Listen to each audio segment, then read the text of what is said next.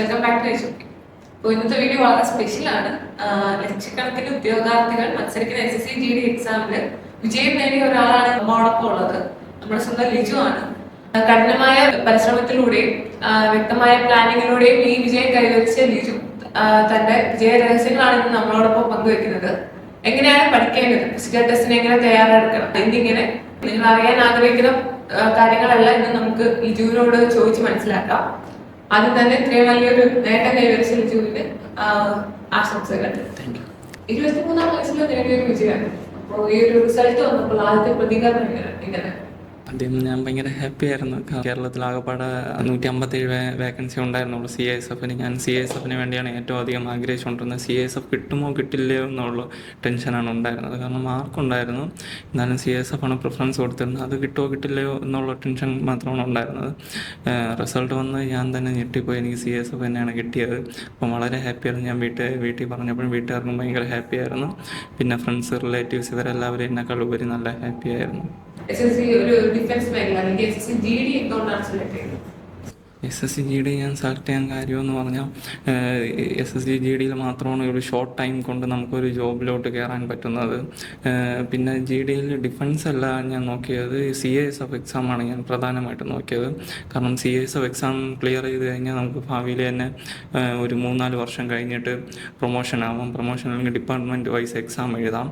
Department wise exam എഴുതി SIO, ഇൻസ്പെക്ടറോ അല്ലെങ്കിൽ assistant commando level വരെ നമുക്ക് പോകാൻ പറ്റും. പിന്നെ ആ CISF-ൽ തന്നെ നമുക്ക് തിരിഞ്ഞ് വേറെ ഏതെങ്കിലും NSD-ലോട്ടോ ഒക്കെ പോകാൻ കഴിയും.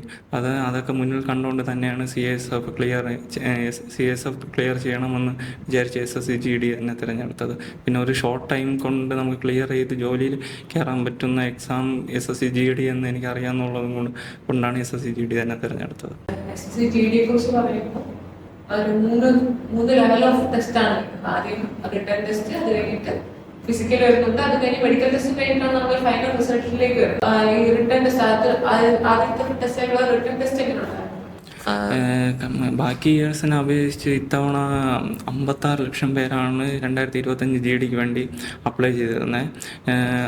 അത് 2025 ഫെബ്രുവരി ഫസ്റ്റ് വീക്ക് മുതലാണ് എക്സാം സ്റ്റാർട്ട് ചെയ്തത്. കമ്പാരിറ്റീവ്ലി ബാക്കി ഇയേഴ്സിനെ അപേക്ഷിച്ച് ഇത്തവണത്തെ എക്സാം ഭയങ്കര ടഫായിരുന്നു. എക്സാം ടഫായത് കാരണം നമ്പർ ഓഫ് കാൻഡിഡേറ്റ്സ് ലിസ്റ്റിൽ വന്നതും കുറവായിരുന്നു. അപ്പോൾ എക്സാം ടഫായത് കാരണം കട്ട് ഓഫും ഇത്തവണ കുറവായിരുന്നു. പക്ഷേ ഫിസിക്കൽ നമുക്ക് എല്ലാ കാൻഡിഡേറ്റ്സിനും ഒരു തിരിച്ചടിയായിപ്പോയി. കാരണം ഫിസിക്കൽ RFID എന്ന ചിപ്പാണ് അവർ കൊണ്ടുവന്നത്. അങ്ങനെ ഫിസിക്കൽ ഒരുപാട് കാൻഡിഡേറ്റ്സ് ഔട്ടായി. നമുക്ക് ആദ്യം ഫിസിക്കലിൻ്റെ കട്ട് ഓഫ് വന്നിട്ട് ഫിസിക്കൽ പാസ്സായതിന് ശേഷം വീണ്ടും മെഡിക്കലിനടുത്തൊരു കട്ട് ഓഫ് ഉണ്ടായിരുന്നു. ആ കട്ട് ഓഫ് ക്ലിയർ ചെയ്ത് മെഡിക്കൽ കഴിഞ്ഞ് ഏകദേശം ഒരു മാസമൊക്കെ കഴിഞ്ഞിട്ടാണ് വീണ്ടും നമുക്ക് ഫൈനൽ മെറിറ്റ് ലിസ്റ്റ് വന്നത്. അപ്പോൾ ഇത്രയും വലിയൊരു പ്രോസസ്സ് ഇതിൻ്റെ ഇടയിലുണ്ടായിരുന്നു. ഏകദേശം ഒരു ഇയർ എടുത്തു. കഴിഞ്ഞ ഫെബ്രുവരി മുതൽ ഈ ഫെബ്രുവരിയിലാണ് 2025 ഫെബ്രുവരി മുതൽ ഈ 2026 ഫെബ്രുവരി വരെയാണ് ഈ ടോട്ടൽ ഒരു SSC GDയുടെ എക്സാമിൻ്റെ ടൈം പീരീഡ്. ഫിസിക്കൽ ടെസ്റ്റിന് വേണ്ടിയിട്ട് നേരത്തെ പ്രിപ്പയർ ചെയ്യുമ്പോൾ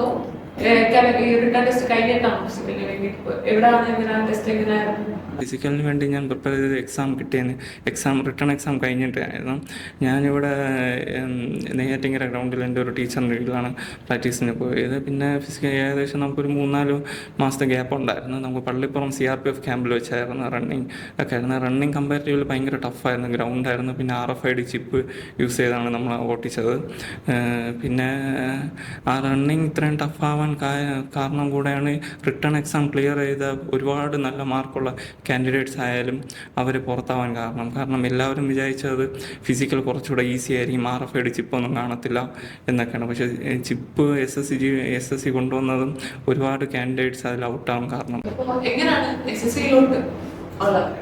ഞാൻ +2 കഴിഞ്ഞിട്ട് ആർമി ജോയിൻ ചെയ്യണമെന്നായിരുന്നു എൻ്റെ താല്പര്യം. അപ്പോഴാണ് പിന്നെ ആർമി അഗ്നിവീറൊക്കെ കൊണ്ടുവന്നത്. പിന്നെ എനിക്ക് ആർമിയിലോട്ട് പോകേണ്ട ക്രൈസൊക്കെ അങ്ങ് പോയായിരുന്നു. പിന്നെ അന്വേഷിച്ച് നോക്കിയപ്പോഴാണ് ഇങ്ങനെ പാരാമിലിറ്ററി എന്നൊരു സാധ്യത ഉണ്ട്. പാരാമിലിറ്ററിയിലോട്ട് എങ്ങനെ ജോയിൻ ചെയ്യാമെന്ന് അന്വേഷിച്ചപ്പോഴാണ് അതിൻ്റെ ഒരു ലീഡെന്ന് പറയുന്ന SSC എക്സാംസ് എന്ന് മനസ്സിലായത്. അങ്ങനെ SSC എക്സാമിനെ പറ്റി കൂടുതൽ അറിയാൻ തുടങ്ങി. SSC എക്സാമിനെ പറ്റി അറിയാൻ തുടങ്ങിയപ്പോഴാണ് എനിക്ക് മനസ്സിലായത് SSCയിൽ GD എന്ന് പറഞ്ഞൊരു എക്സാം ഉണ്ട്. അത് ക്ലിയർ ചെയ്താൽ നമുക്ക് 7 പാരാമിലിറ്ററി ഫോഴ്സസിലോട്ട് പോകാൻ പറ്റും എന്ന് അപ്പോഴാണ് എനിക്ക് മനസ്സിലായത്. പിന്നെ ഇതിനെ തുടർന്ന് ഏതെങ്കിലും നല്ല ഇൻസ്റ്റിറ്റ്യൂട്ട് അടുത്തുണ്ടോ എന്നൊക്കെ ഞാൻ അന്വേഷിച്ച് നോക്കിയായിരുന്നു. പക്ഷേ എനിക്ക് അത്ര സാറ്റിസ്ഫൈങ് അല്ലാത്തതുകൊണ്ട് ഞാൻ ഒരു ഇൻസ്റ്റിറ്റ്യൂട്ടിൽ പോയി പഠിക്കാൻ നിന്നത് സ്വന്തമായിട്ട് പഠിച്ച് എഴുതാമെന്നാണ് തീരുമാനിച്ചത്. അങ്ങനെ ഫസ്റ്റ് അറ്റംപ്റ്റ് സ്വന്തമായിട്ടാണ് പഠിച്ച് എഴുതിയത്. പക്ഷേ അതെനിക്ക് ക്ലിയർ ചെയ്യാൻ പറ്റിയില്ല ആ എക്സാം. പിന്നെ വീണ്ടും 1 വർഷം വെയിറ്റ് ചെയ്തിട്ട് വീണ്ടും എവിടെയെങ്കിലും നല്ല ഇൻസ്റ്റിറ്റ്യൂട്ടൊക്കെ ഉണ്ടോ എന്ന് പറഞ്ഞ് ഇങ്ങനെ എൻക്വയറി ചെയ്തപ്പോഴാണ് ഞാൻ പല ഇൻസ്റ്റിറ്റ്യൂട്ടും എൻക്വയറി ചെയ്തായിരുന്നു. പക്ഷേ എനിക്ക് അത്ര കൺവിൻസിങ് അല്ലായിരുന്നു. അപ്പോഴാണ് എജുബിയെ പറ്റി അറിഞ്ഞത്. അപ്പോഴാണ് എൻ്റെ ഫ്രണ്ട് എൻ്റെ അടുത്ത് പറഞ്ഞത്, ഇതേപോലെ എജുബി എന്നൊരു ഇൻസ്റ്റിറ്റ്യൂട്ട് ഉണ്ട്, നെയ്യാറ്റിൻകരയാണ്, നീ അവിടെ പോയി ഒന്ന് എൻക്വയറി ചെയ്ത് നോക്കാമെന്ന് പറഞ്ഞ് അങ്ങനെ പോയി സംസാരിച്ചപ്പോഴാണ് ഞാൻ നെയ്യാറ്റിൻകര എജുബി ഇൻസ്റ്റിറ്റ്യൂട്ടിൽ വന്നത്. അവിടെ അനന്ത് സാറിനെ കണ്ട് സംസാരിച്ചായിരുന്നു. അപ്പോൾ അനന്ത് സാറാണ് എനിക്ക് ബാക്കി ഇൻസ്റ്റിറ്റ്യൂട്ടിനെക്കാട്ടിലും ഒരു different way of learning PT എന്ന് പറഞ്ഞൊരു ഇതുണ്ടെന്ന് പറഞ്ഞ്, പേഴ്സണൽ ട്രെയിനിങ് എന്ന് പറഞ്ഞൊരു ഇതുണ്ടെന്ന് എൻ്റെ അടുത്ത് പറഞ്ഞായിരുന്നു. അപ്പോൾ ഫസ്റ്റ് ഞാൻ എജുബിയിൽ ജോയിൻ ചെയ്തായിരുന്നു. നമുക്ക് 4 മാസം കൊണ്ട് തന്നെ ഏകദേശം ടോപ്പിക്സൊക്കെ കവറായായിരുന്നു. ടോപ്പിക്സ് കവറായിട്ട് എനിക്ക് എക്സാം അടുത്ത് വന്നുകൊണ്ട് ഇരുന്നപ്പോഴും മെൻറ്ററിങ് ഉണ്ടായിരുന്നു.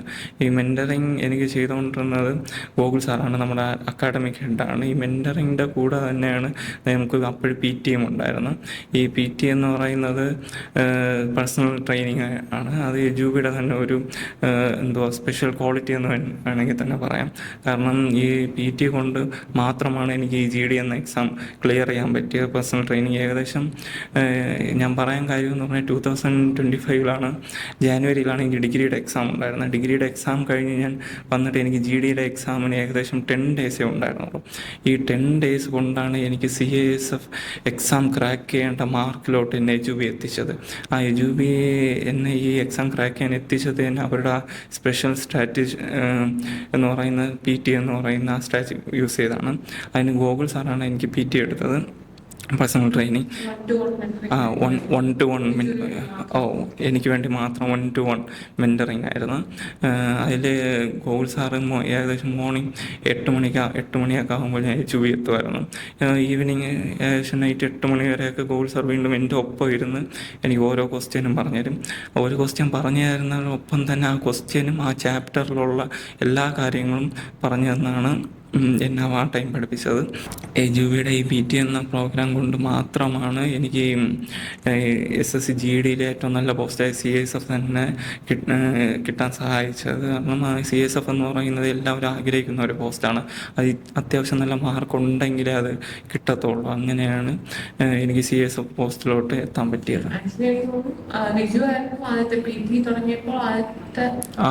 ആദ്യത്തെ സ്റ്റുഡൻറ്റ് ഞാനായിരുന്നു. പഠനത്തിന് വേണ്ടിയിട്ട് വേണ്ടിയിട്ട് സ്പെഷ്യൽ സ്ട്രാറ്റജി എന്തെങ്കിലും ഫോളോ ചെയ്തിട്ടുണ്ടായിരുന്നോ? SSC GDക്ക് വേണ്ടി സ്പെഷ്യൽ സ്ട്രാറ്റജി എന്ന് പറയുന്നത്, ഞാൻ ജോയിൻ ചെയ്തിട്ട് കുറച്ച് നാൾ കഴിഞ്ഞപ്പം തന്നെ നമുക്ക് അക്കാഡമിക് ഹെഡായി ഗോകുൽ സാറ് ഇങ്ങനെയൊക്കെ പഠിക്കണം എന്നൊക്കെ പ്രത്യേകമായിട്ട് നമുക്ക് പറഞ്ഞു തരുമായിരുന്നു. നമുക്ക് ഡെയിലി കറണ്ട് അഫയേഴ്സ് ഫോളോ ചെയ്യണം, മാത്സ് ഫോളോ ചെയ്യണം, മോക്കാണ് ഇമ്പോർട്ടൻറ്റ് എന്നെല്ലാം ഗോകുൽ സാറ് പ്രത്യേകമായിട്ട് നമ്മളെ ഗൈഡൊക്കെ ചെയ്യുമായിരുന്നു. ഗോകുൽ സാർ മാത്രമല്ല, എജുബിയുടെ എല്ലാ ഫാക്കൽറ്റീസും നമുക്ക് മോട്ടിവേഷനൊക്കെ ആയിരുന്നു. പിന്നെ ഓരോരോ കാര്യങ്ങൾ അവരെ എക്സ്പീരിയൻസ് ഷെയർ ചെയ്യുമായിരുന്നു. അവരെ എക്സ്പീരിയൻസ് ഷെയർ ചെയ്യുമ്പോൾ തന്നെ നമുക്ക് ആവശ്യമായിട്ടുള്ള ഗൈഡൻസും സ്ട്രാറ്റജിയൊക്കെ കിട്ടുമായിരുന്നു. പിന്നെ ഉള്ള സ്ട്രാറ്റജി എന്ന് പറയുന്നത്, നമുക്ക് എജുബിയിൽ തന്നെ ഇത്ര മണിക്കൂർ ഇന്ന സബ്ജക്റ്റ് പഠിക്കണം, ഇന്ന ഏരിയ ഫോക്കസ് ചെയ്യണം, കഴിഞ്ഞ പ്രീവിയസ് ഇയർ ഈ എക്സാമുകൾക്ക് ഇന്ന ഏരിയ എന്നാണ് ചോദിച്ചിരിക്കുന്നത് എന്നെല്ലാം പ്രത്യേകമായിട്ട് നമുക്ക് കറണ്ട് അഫയേഴ്സിൻ്റെ ക്ലാസ്സിൽ സാറുമാർ പറഞ്ഞു തരുമായിരുന്നു എജുബിയിൽ നിന്ന്. മോക്ക് ടെസ്റ്റ് ആകുമ്പം പ്രധാനമായിട്ട് ആ 10 ഡേയ്സിൽ ഞാൻ കവർ ചെയ്തത് മോക്ക് ടെസ്റ്റ് ഒക്കെയാണ് കൂടുതൽ ചെയ്തത്. ഡെയിലി ഒരു 2 മോക്ക് ടെസ്റ്റ് ചെയ്യും, അത് അനലൈസ് ചെയ്യും. അത് അനലൈസ് ചെയ്യാനായാലും ഒരു ഫാക്കൽറ്റിയുടെ ഹെൽപ്പോടെയാണ് നമ്മളവിടെ അനലൈസ് ചെയ്തുകൊണ്ടിരുന്നത്. അപ്പോഴും നമുക്ക് പറ്റുന്ന തെറ്റുകളെല്ലാം അക്കാഡമിക് ഹെഡായ സാറായാലും ഫാക്കൽറ്റീസ് ആയാലും നമുക്ക് പറഞ്ഞു തരുമായിരുന്നു. അതേ ക്വസ്റ്റ്യൻ എങ്ങനെ എളുപ്പത്തിൽ ചെയ്യാം എന്ന് പറഞ്ഞു തരും, എവിടെയാണ് നമുക്ക് തെറ്റ് പറ്റിയത് എന്നെല്ലാം ക്ലിസ്റ്റർ ക്ലിയർ ആയിട്ട് നമുക്ക് പറഞ്ഞു തരുമായിരുന്നു എജുബിയിൽ നിന്ന്. പിന്നെ മോക്ക് ടെസ്റ്റിനെ പറ്റി പറയുന്നതാണെങ്കിൽ മോക്ക് ടെസ്റ്റ് ചെയ്തുകൊണ്ടിരുന്നപ്പോഴാണ് സത്യത്തിൽ എക്സാം എങ്ങനെയാണ്, എക്സാം പ്രഷർ എങ്ങനെ ആണ് എന്നെല്ലാം മനസ്സിലായത്. ഒരു എക്സാമിന് എങ്ങനെ അറ്റംപ്റ്റ് കൊടുക്കാം, എങ്ങനെ നെഗറ്റീവ് മാർക്ക് എങ്ങനെ, ഒരു ടൈം എങ്ങനെ മാനേജ് ചെയ്യാം, കോൺഫിഡൻസ് എങ്ങനെ ബൂസ്റ്റ് ചെയ്യാം എന്നെല്ലാം മോക്ക് ചെയ്തപ്പോഴാണ് നമുക്ക് മനസ്സിലായത്. പിന്നെ സാറുമാരായാലും മോക്ക് ചെയ്യാനാണ് കൂടുതൽ നമ്മൾ പറയുന്നത്. കാരണം മോക്ക് ചെയ്യുമ്പോഴാണ് നമുക്ക് എക്സാമിൻ്റെ ഒരു പാറ്റേൺ ഒക്കെ മനസ്സിലാവുന്നത്.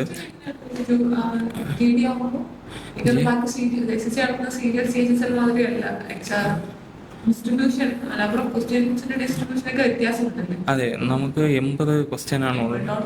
Total 80 question. 20 വെച്ചാണ് 4 സബ്ജക്റ്റ് ഉണ്ടായിരുന്നു. ഞാൻ പറഞ്ഞില്ല, GK അങ്ങനെ 4ആയിരുന്നു. കഴിഞ്ഞ എല്ലാ വർഷങ്ങളിലും കമ്പാരിറ്റീവ്ലി ഇത്തവണത്തെ GD എക്സാം പാടായിരുന്നു. ഫസ്റ്റൊക്കെ മോക്ക് ചെയ്യുമ്പോൾ എനിക്ക് ഒരു 50 മാർക്കൊക്കെയാണ് കിട്ടിക്കൊണ്ടിരുന്നത്. കമ്പാരിറ്റീവ്ലി ഓരോ മോക്ക് ചെയ്ത് വന്ന് എൻ്റെ മിസ്റ്റേക്കൊക്കെ മനസ്സിലായി.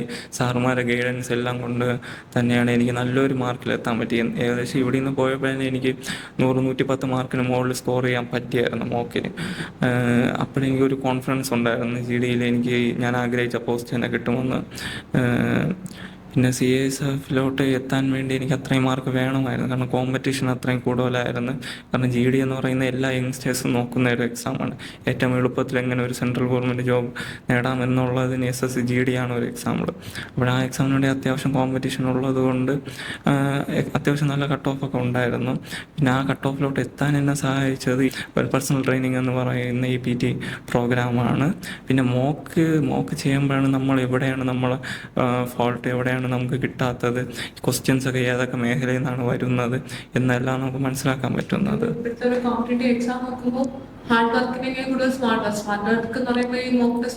അത് തന്നെ, ഹാർഡ് വർക്കിനാണല്ലോ എന്തുകൊണ്ടും ഏറ്റവും ബെറ്റർ. ഹാർഡ് വർക്കും വേണം ഒരു സൈഡ്, എന്നാൽ സ്മാർട്ട് വർക്കും കൂടെ വേണം. നമുക്ക് എവിടെ നിന്നൊക്കെയാണ് ക്വസ്റ്റ്യൻസ് ചോദിക്കുമെന്ന് ഉറപ്പായി ഇന്ന സൈഡിൽ നിന്ന് ക്വസ്റ്റ്യൻ ചോദിക്കുമെങ്കിൽ നമുക്ക് കുറേയൊക്കെ സിലബസ് ചോദിക്കുന്ന റിപ്പീറ്റ് ക്വസ്റ്റ്യനിൽ തന്നെ കുറേ മാർക്ക് നമുക്ക് നേടാൻ കഴിയും. ഈ സിലബസ് ഫുൾ കംപ്ലീറ്റ് ചെയ്ത് നമുക്കൊരു എക്സാം ക്ലിയർ ചെയ്യാൻ പറ്റുമെന്ന് എനിക്ക് തോന്നുന്നില്ല. കാര്യം ഏകദേശം സിലബസ് ക്ലിയർ ചെയ്യാൻ തന്നെ നമുക്ക് ലാർജിന് ക്വാണ്ടിറ്റി ഓഫ് ടൈം വേണം. അപ്പോഴേ ഒരു GD പോലത്തെ എക്സാമിന് ഫുൾ സിലബസ് ക്ലിയർ ചെയ്യുന്ന ഹാർഡ് വർക്ക് ചെയ്യാതെ സ്മാർട്ട് വർക്ക് ചെയ്യുമ്പോൾ തന്നെ നമുക്ക് മനസ്സിലായി ഇന്ന മേഖലയിൽ നിന്നാണ് ക്വസ്റ്റ്യൻസ് വരുന്നത്. അപ്പോൾ ആ പോർഷൻസ് മാത്രം സ്പെസിഫിക് ആയിട്ട് ഒന്ന് ടാർഗറ്റ് ചെയ്ത് ഡീപ്പായിട്ട് പഠിച്ചാൽ തന്നെ ഏകദേശം നമുക്ക് ആ എക്സാമൊക്കെ ക്ലിയർ ചെയ്യാൻ പറ്റും. എക്സാം ഹാളിലെ ഒരു പ്രഷർ ഒരുവിധം നമുക്ക് ആ ഒരു എക്സാം ഹാളിലെ പ്രഷർ നിയന്ത്രിക്കാൻ ഒരുവിധം സഹായിക്കും തോന്നുന്നില്ലേ? അതെ, നമുക്ക് ഒരു ഫസ്റ്റ് ടൈം എക്സാം അറ്റൻഡ് ചെയ്യാൻ പോകുന്ന ഒരാൾക്ക് എന്തുകൊണ്ടും ബെറ്റർ മോക്ക് ചെയ്യുന്നതാണ്. മോക്ക് ചെയ്യാതെ ഒരാൾ ഫസ്റ്റ് ഒരു കമ്പ്യൂട്ടർ ബേസ്ഡ് എക്സാമിന് പോകുന്നെങ്കിൽ ആ ഒരു ടൈം മാനേജ്മെൻറ്റ് പറ്റത്തില്ല, പ്രഷർ പറ്റത്തില്ല. പിന്നെ നമ്മൾ എജുബിയിലാണെങ്കിൽ ലാബ് ഫെസിലിറ്റീസ് ഒക്കെ ഉണ്ടായിരുന്നു. നമുക്ക് 24 hours ലാബ് അസസ് ഉണ്ടായിരുന്നു. ഈ ലാബ് അസസ് കാരണം തന്നെ നമുക്ക് ആ എക്സാമിൻ്റെ പ്രഷർ നമുക്ക് ഫുൾ മാറി കിട്ടും. എക്സാം എങ്ങനെയാണ് കറക്റ്റ് നമ്മൾ എക്സാം എഴുതുന്ന പോലെ തന്നെയാണ് ഇവിടുത്തെ ലാബ് ഫെസിലിറ്റി. നമുക്ക് ലാബിലാണ് ആ ഒരു ആക്സസ് ഒക്കെ ഉണ്ടായിരുന്നു. പിന്നെ പറയുന്നതെന്ന് പറഞ്ഞാൽ പ്രഷർ മാനേജ് ചെയ്യാൻ വേണ്ടി ഈ നമുക്ക് ഓരോ സെക്ഷണൽ മോക്ക് ഉണ്ടായിരുന്നു. ഈ സെക്ഷണൽ മോക്ക് തന്നെ hard to easy to difficult mode വരെ ഉണ്ടായിരുന്നു. അപ്പോൾ നമ്മൾ ഓരോ ഈ ചെറിയ ടൈം കൊണ്ട് ഹാർഡ് ക്വസ്റ്റ്യൻസ്, സിമ്പിൾ ക്വസ്റ്റ്യൻസ് ഒക്കെ ക്ലിയർ ചെയ്യുമ്പോൾ തന്നെ ഏകദേശം നമ്മുടെ എക്സാം പ്രഷറൊക്കെ അങ്ങ് മാറി കിട്ടും. പിന്നെ എക്സാമൊക്കെ നമുക്ക് സിമ്പിളായിരിക്കും. എക്സാം ഡേ അന്ന് ഇത്രയും പ്രിപ്പയർ ചെയ്ത് അതൊരു എക്സാം ഡേ ആ ഒരു ഹോളിൽ നിന്ന് ഇരുന്നപ്പോൾ എങ്ങനെയുണ്ടായിരുന്നു? നന്നായിട്ട് പ്രതീക്ഷ കണക്ക് അറ്റംപ്റ്റ് കൊടുക്കാൻ പറ്റിയ? പ്രതീക്ഷ കണക്ക് അറ്റംപ്റ്റ് കൊടുക്കാൻ പറ്റായിരുന്നു. എന്നാലും എനിക്ക് അപ്പോഴും എന്നെ സംബന്ധിച്ച് എനിക്ക് തോന്നിയത് മാത്സ് അല്പം ടഫായിരുന്നു. ബാക്കി ഇയേഴ്സിൻ്റെ SSC GDയിലെ മാത്സ് അപേക്ഷിച്ച് 2025 മാത്സ് അല്പം ഡിഫിക്കൽട്ടായിരുന്നു എന്ന് എനിക്ക് തോന്നി. എന്നാലും കുഴപ്പമില്ല. എനിക്ക് പൊതുവെ മാത്സ് പാടായിരുന്നു. എന്നാൽ മാത്സിന് എനിക്ക് എജുബിയിൽ നിന്ന് ഒരു സ്പെഷ്യൽ കെയർ കിട്ടിയായിരുന്നു. മാത്സിന് വേണ്ടി തന്നെ എനിക്ക് സെപ്പറേറ്റ് ക്ലാസ്സും ഒക്കെ തരുമായിരുന്നു. പിന്നെ എക്സാം ടൈം ആയപ്പോൾ സെപ്പറേറ്റ് ഫോക്കസ് ബാച്ച് എന്ന് പറഞ്ഞിട്ട് ഫോക്കസ് ബാച്ചിൽ എനിക്ക് കൂടുതൽ മാത്സ് ക്ലാസ്സൊക്കെ തന്നാണ്. നമ്മൾ എന്നെ മാത്രമല്ല എൻ്റെ കൂടെ ഉണ്ടായിരുന്ന GD എക്സാം എഴുതിയ എൻ്റെ ഫ്രണ്ട്സിനെ എല്ലാവരെയും കൂടെ ചേർത്ത് ഫോക്കസ് ബാച്ചൊക്കെ നടത്തിയായിരുന്നു. ഫോക്കസ് ബാച്ചിൽ അവർ കൂടുതൽ ഫോക്കസ് ചെയ്തത് നമ്മളെ സ്ട്രോങ്ങർ സൈഡല്ല നമ്മൾ വീക്കർ സൈഡാണ് ഫോക്കസ് ചെയ്ത് നമ്മൾ അത് ഇമ്പ്രൂവ് ചെയ്യാൻ വേണ്ടിയാണ് ജൂബിയിൽ നമുക്ക് ഹെൽപ്പ് ചെയ്ത ഫാക്കൽറ്റീസ് ഇംപ്രൂവ് ചെയ്യണം. സ്ട്രോങ് സെഷൻ കുറച്ചുകൂടെ സ്ട്രോങ് ആക്കി തന്നെ. ഈ SSC സംബന്ധിച്ച് 4 സബ്ജക്റ്റ്, അതിനകത്ത് ഏറ്റവും പ്രയാസമായിട്ട് തോന്നിയ സബ്ജക്റ്റ് ഏതാണ്?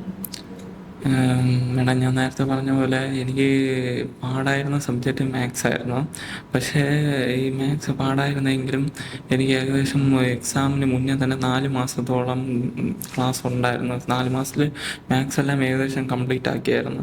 കംപ്ലീറ്റ് ആയിട്ട് പിന്നെ എനിക്കൊരു ഡിഗ്രിയുടെ എക്സാം ഉണ്ടായിരുന്നു. ഡിഗ്രിയുടെ എക്സാം ജനുവരിയിലായിരുന്നു. അത് കഴിഞ്ഞിട്ട് 10 days എനിക്കുണ്ടായിരുന്നുള്ളൂ GDയുടെ എക്സാമിന് പ്രിപ്പയർ ചെയ്യാൻ വേണ്ടി. ഈ 10 days പേഴ്സണൽ ട്രെയിനിങ്ങിലൂടെ ഞാൻ ചെയ്യുന്നത് എൻ്റെ സ്ട്രോങ്ങർ സൈഡ് സ്ട്രോങ് ആക്കാനാണ് നോക്കിയത്. വീക്കർ സൈഡ് ഞാൻ അധികം ഫോക്കസ് ചെയ്യാൻ നിന്നില്ല. വീക്കർ സൈഡിൻ്റെ ക്വസ്റ്റ്യൻസ് ചെയ്യുമ്പോൾ ആ ക്വസ്റ്റ്യൻ മാത്രമേ ഞാൻ നോക്കത്തുണ്ടായിരുന്നു. പക്ഷേ എൻ്റെ സ്ട്രോങ്ങർ സൈഡ് ഞാൻ വീണ്ടും സ്ട്രോങ് ആക്കി ആ ചാപ്റ്റർ മൊത്തവും സ്ട്രോങ് ആക്കിക്കൊണ്ട് തന്നെ പോയിക്കൊണ്ടിരുന്നു. അതാകുമ്പോൾ എനിക്ക് വീക്കർ സൈഡിൻ്റെ ക്വസ്റ്റ്യൻ ഞാൻ അങ്ങനെ ഫോക്കസ് ചെയ്തില്ല. കാരണം വീണ്ടും എനിക്ക് 10 days ടൈം കൊണ്ട് ഈ വീക്കർ സൈഡ് എനിക്ക് സ്ട്രോങ് ആക്കാൻ കഴിയത്തില്ല എന്ന് എനിക്കറിയായിരുന്നു. അതുകൊണ്ട് ഞാൻ സ്ട്രോങ്ങർ സൈഡ് സ്ട്രോങ് ആക്കിയിട്ട് syllabus previous year questions analyse ചെയ്ത് പ്രീവിയസ് ഇയർ ആ ക്വസ്റ്റ്യൻസിൽ നിന്ന് ഞാൻ സിലബസ് എവിടെ നിന്നൊക്കെയാണ് വന്നത്, എന്തൊക്കെ ക്വസ്റ്റ്യൻസ് ഏതിൽ നിന്നൊക്കെയാണ് വന്നത്, short cut method, pen use ചെയ്യാതെ എങ്ങനെ എക്സാം ഇത് ആൻസർ കണ്ടെത്താം എന്നുള്ള എല്ലാം ഡിവിസിബിലിറ്റി റൂൾ എല്ലാം എനിക്ക് പേഴ്സണൽ അതെ 1-to-1 മെൻ്റൽ ട്രെയിനിങ്ങിലൂടെയാണ് എനിക്ക് കിട്ടിയത്. അപ്പം മെൻ്റൽ സപ്പോർട്ട് എന്ന് പറയുന്നത് എനിക്കത് വളരെ പ്രയോജനപ്പെട്ടായിരുന്നു. ജൂബിയിലെ PT എന്ന് പറയുന്നത് പേഴ്സണൽ ട്രെയിനിങ്ങിലൂടെ മാത്രം ആണ് എനിക്ക് ഈ മാത്സ് ഇത്രയും ഡിഫിക്കൽട്ടായിരുന്ന മാത്സ് ആയാലും ഈ പെൻ യൂസ് ചെയ്യാതെ തന്നെ മാത്സിൻ്റെ ചില ക്വസ്റ്റ്യൻസ് ആൻസർ കണ്ടെത്താൻ പറ്റിയത് എല്ലാം പേഴ്സണൽ ട്രെയിനിങ്ങിലൂടെയാണ്. കാരണം ഒരു പേഴ്സണൽ ട്രെയിനിങ്ങിലൂടെ ആകുമ്പോൾ നമ്മൾ ഒരു ക്ലാസ്സിൽ ഇരുന്ന് പഠിക്കുന്ന പോലെയല്ല.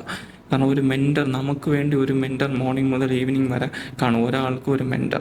അപ്പോൾ ഒരാൾക്ക് ഒരു മെൻറ്റർ ആകുമ്പോൾ ആ സാറ് നമ്മളെ വീക്ക്നെസ് മൊത്തം പോയിൻ്റ് ഔട്ട് ചെയ്യുന്ന ആ ടോപ്പിക്സ് മൊത്തം നമുക്ക് പറഞ്ഞു തന്ന് അത് അങ്ങനെയല്ല ഇങ്ങനെയാണ് എന്നെല്ലാം പറഞ്ഞ് ആ സൈഡ് സ്ട്രോങ്ങർ ആക്കാൻ സഹായിച്ചിട്ടുണ്ട്. പിന്നെ സ്ട്രോങ്ങർ സൈഡ് തന്നെ വീണ്ടും സ്ട്രോങ്ങർ ആക്കാൻ വേണ്ടി സഹായിച്ചിട്ടുണ്ട്. പിന്നെ അവർ തന്നെ നമ്മളോട് ഈ എക്സാമിൻ്റെ ക്വസ്റ്റ്യൻ മൊത്തം അനലൈസ് ചെയ്ത് പ്രീവിയസ് ഇയറിൻ്റെ അനലൈസ് ചെയ്ത് ഇന്ന ടോപ്പിക്സ് ചെയ്യുന്ന ക്വസ്റ്റ്യൻസ് വരും, ഇതൊക്കെ ഫോക്കസ് ചെയ്ത് പഠിച്ചിട്ട് വരണം എന്നെല്ലാം പറഞ്ഞ് കൂടുതൽ എക്സാം ഇമ്പ്രൂവ് ചെയ്യാൻ വേണ്ടി നമ്മൾ സഹായിച്ചായിരുന്നു. ബാക്കി സബ്ജക്ട്സ് മാത്സിലാണ് റീസണിങ് GK ഇതൊക്കെ ഈസി ആയിരുന്നു.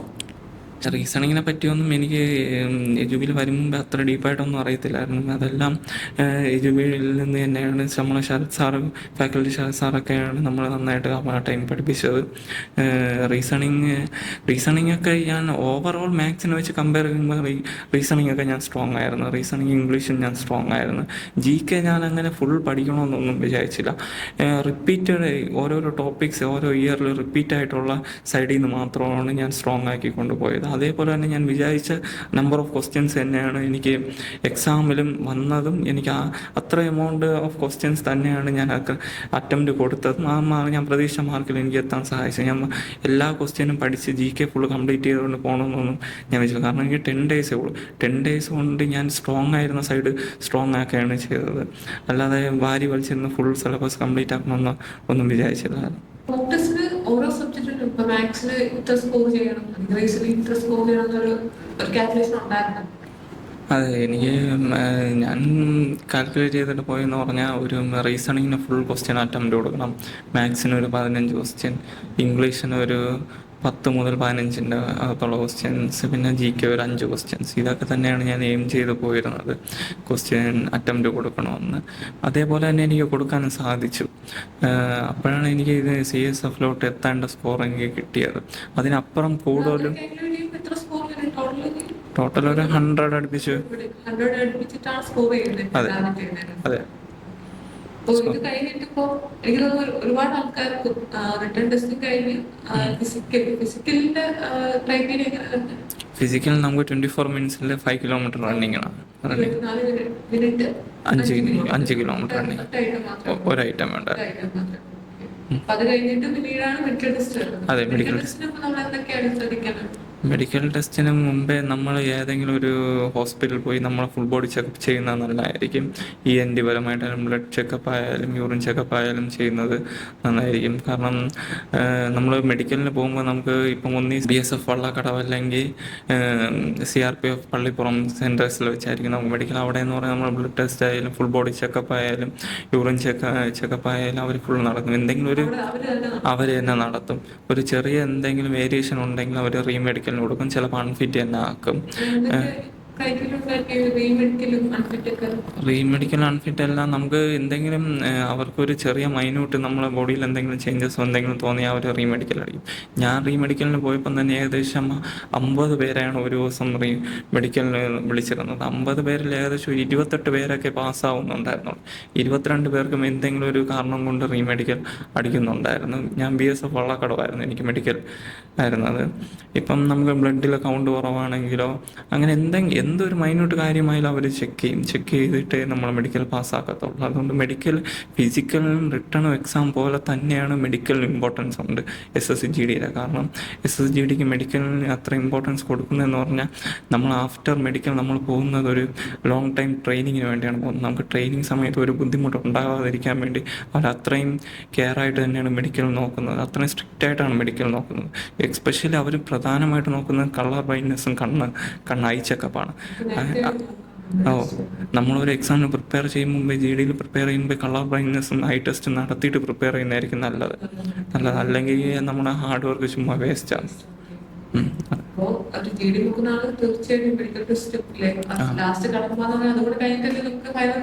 അതെ, നമുക്ക് ഫിസിക്കൽ കഴിഞ്ഞിട്ടായാലും മെഡിക്കലിന് ഒരു കട്ട് ഓഫ് ഉണ്ട്. ആ മെഡിക്കലിൻ്റെ കട്ട് ഓഫ് കഴിഞ്ഞിട്ട് മെഡിക്കൽ പാസ്സാവണവരെ വെച്ചാണ് വീണ്ടും നമുക്ക് ഫൈനൽ മെറിറ്റ് ലിസ്റ്റ് ഇടുന്നത്. അത് കഴിഞ്ഞിട്ടാണ് നമ്മൾ ഈ CS നമ്മൾ പ്രയോറിറ്റി വെക്കുന്നത് ആപ്ലിക്കേഷൻ കൊടുക്കുമ്പോൾ തന്നെ അല്ലേ? അതെ, പ്രയോറിറ്റി വെക്കുമ്പോൾ ആപ്ലിക്കേഷൻ കൊടുക്കുമ്പോഴാണ് പ്രയോറിറ്റി വെക്കുന്നത്. റിട്ടേൺ ടെസ്റ്റ് മാത്രമായിരിക്കത്തില്ലല്ലോ കണക്കാക്കുന്നത്. ഇല്ല, നമ്മൾ ഫൈനൽ മാർക്കാണ് കണക്കാക്കുന്നത്. എല്ലാ കട്ട് ഓഫും ക്ലിയർ ചെയ്തിട്ട് മാർക്കാണ് കണക്കാക്കുന്നത്. അപ്പോൾ അടുത്ത 2026 SSC GD എക്സാം വരുന്നുണ്ട്. അപ്പൊ ഫെബ്രുവരി എനിക്ക് 23 ആണ് ഡേറ്റ് വന്നേക്കുന്നത്. അപ്പോൾ അവരെടുത്ത് ഇപ്പൊ ഇനി ഉള്ള SSC GD പ്രിപ്പയർ ചെയ്യുന്ന സ്റ്റുഡൻസിനോട് എന്താണ് ലിജുവിന് പറയാനുള്ളത്? SSC GD എന്ന് പറയുന്ന നല്ലൊരു എക്സാമാണ്. നമുക്കൊരു കുറച്ച് എഫേർട്ട് കൊണ്ടുവരുന്ന ഒരു സെൻട്രൽ ഗവൺമെൻറ് ജോബിൽ കയറാൻ കഴിയും. SSC GD പ്രിപ്പയർ ചെയ്യുന്നവർ സ്പെസിഫിക് ആയിട്ട് ടോപ്പിക്സ് എല്ലാം നന്നായിട്ട് കവർ ചെയ്യുക. റിട്ടേൺ എക്സാമിന് ഇമ്പോർട്ടൻസ് കൊടുക്കുന്ന പോലെ തന്നെയാണ് ഫിസിക്കൽ എക്സാമിനും ഇമ്പോർട്ടൻസ് കൊടുക്കുക. ഫിസിക്കലിയും കൂടെ പ്രിപ്പയറായി ഫിസിക്കലിനും കൂടെ പോയി നന്നായിട്ട് ട്രെയിൻ ചെയ്യുക. പിന്നെ മെഡിക്കലും ഇമ്പോർട്ടൻ്റ് ആണ്. മെഡിക്കലിന് നല്ല ഹെൽത്തി ആയിട്ടിരിക്കുക. മെഡിക്കലിന് ഒരു മെഡിക്കൽ ചെക്കപ്പ് നടത്തുക. ഐ ചെക്കപ്പ്, കളർ ബ്ലൈൻഡ്നെസ്, ഇതെല്ലാം നിങ്ങൾ സ്പെഷ്യലായിട്ട് ചെക്ക് ചെയ്യുക. കാരണം കളർ ബ്ലൈൻഡ്നെസ് എന്നൊക്കെ പറയുന്നത് നമ്മൾ സർവീസിൽ കയറിയാലും 3 മാസത്തിൽ ഒരിക്കലൊക്കെ ചെക്കപ്പ് കാണും. കളർ ബ്ലൈൻഡ്നെസ് എപ്പോഴും നമുക്ക് ഉണ്ടാവുമോ അപ്പോഴും തന്നെ നമ്മൾ സർവീസിൽ നിന്ന് പുറത്താക്കും. അതുകൊണ്ട് അതൊക്കെ ശ്രദ്ധിക്കുക. ഹെൽത്ത് നന്നായിട്ട് ശ്രദ്ധിക്കുക. ഫിസിക്കലി നന്നായിട്ട് ട്രെയിൻ ചെയ്യുക. പ്രധാനമായിട്ട് ഫസ്റ്റ് സ്റ്റെപ്പ് എന്ന് പറയുന്നത് റിട്ടേൺ എക്സാമാണ്. പ്രിഫറൻസ് എല്ലാവരും ആലോചിച്ച് തന്നെ അവരവർക്ക് ഇഷ്ടമുള്ള കോഴ്സ് പ്രിഫറൻസ് കൊടുക്കുക. പിന്നെ എന്ന് പറയുന്നത് നല്ല ഫോക്കസ്ഡ് ആയിട്ട് ഇരുന്ന് പഠിക്കുക. എയിം ചെയ്ത് നന്നായിട്ട് പഠിച്ചാൽ 1 മാസം കൊണ്ട് തന്നെ നമുക്ക് ക്രാക്ക് ചെയ്യാൻ പറ്റും. നല്ല സ്പെഷ്യൽ ട്രെയിനിങ് ഉണ്ടെങ്കിൽ, പേഴ്സണൽ ട്രെയിനിങ് ഒക്കെ ഉണ്ടെങ്കിൽ നമുക്ക് നന്നായിട്ട് തന്നെ 1 മാസം കൊണ്ട് തന്നെ SSGD ക്രാക്ക് ചെയ്യാൻ പറ്റും. നന്നായിട്ട് പഠിക്കുക. All the best.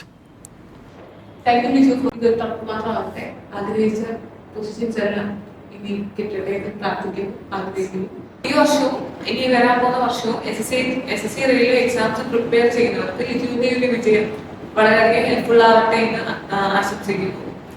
ഇതുപോലെയുള്ള ഒരു മികച്ച വിജയം നിങ്ങൾക്ക് നേടണമെങ്കിൽ ലിജുബിയുടെ ഓഫ്ലൈൻ ബാച്ചസും പേഴ്സണൽ ട്രെയിനിങ് സെഷൻസിനും അഡ്മിഷൻ സ്റ്റാർട്ട് ചെയ്തിട്ടുണ്ട്. താഴെ കൊടുക്കുന്ന നമ്പറിൽ കോൺടാക്ട് ചെയ്താൽ മതി.